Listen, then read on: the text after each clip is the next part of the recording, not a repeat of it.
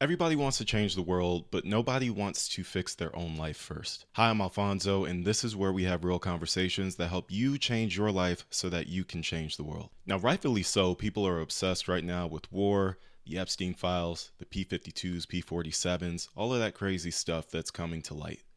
But the problem is, your own life might be disorganized. Your own life might lack discipline.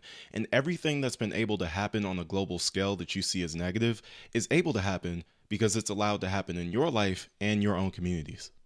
So I've been struggling with making consistent content lately because I've been struggling to realize that this stuff that I'm talking about actually does matter. Now, I've been one of those that's been like warped into everything that's going on as well. I mean, how could you not be? The war is affecting everything. The Epstein files revealed that the people running our world are psychopaths. Like, all of this stuff matters. Don't get me wrong. I'm not saying it doesn't. But the issue is that a lot of this stuff you can trace from the large scale that we're seeing it to a small scale in your own personal life. And I'll give you an example.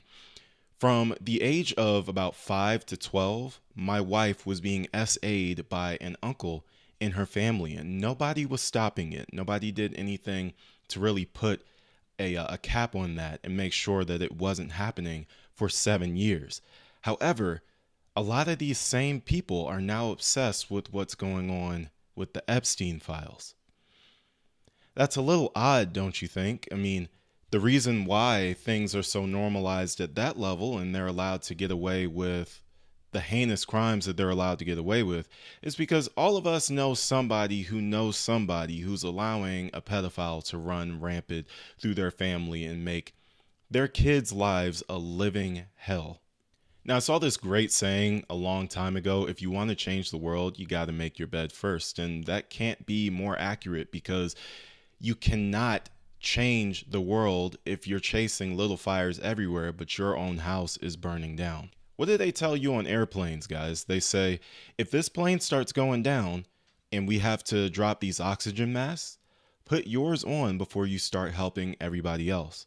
The same concept applies to everything in our lives. You cannot go around the world and try to fix all these little problems, and yet your life is not put together. How can you fix somebody else's relationship or be obsessed with what's going on with Megan Thee Stallion and Klay Thompson, and yet you haven't figured out the relationships in your own life? How can you be worried about what these celebrities are doing in their lives, period, if your life is not together? It just doesn't make any sense. I'm not saying either that we can't pay attention to what's going on in celebrity culture. I mean, celebrity culture is a staple of America. It just always has been. So to tell people to not care about that anymore is unrealistic. However, if you're going to care about it, it would be to your benefit if you try to find a way to apply it to your own life instead of just seeking to judge somebody outwardly that you don't even know and definitely doesn't know you.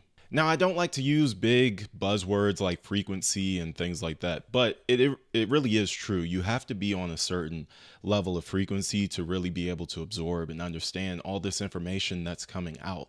All this information about aliens and time travel and these different things, anti-gravity, free energy.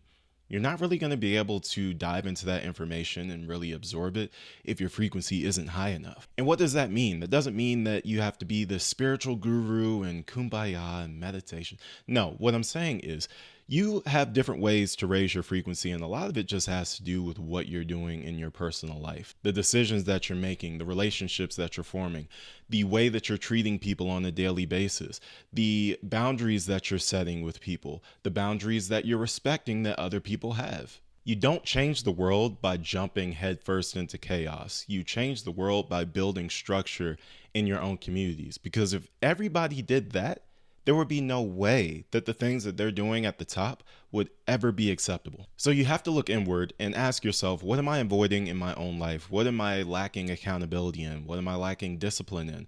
Because your lack of those things, those lack of structural things in your life, is why you're having trouble changing the world around you, because you have to make your own bed first.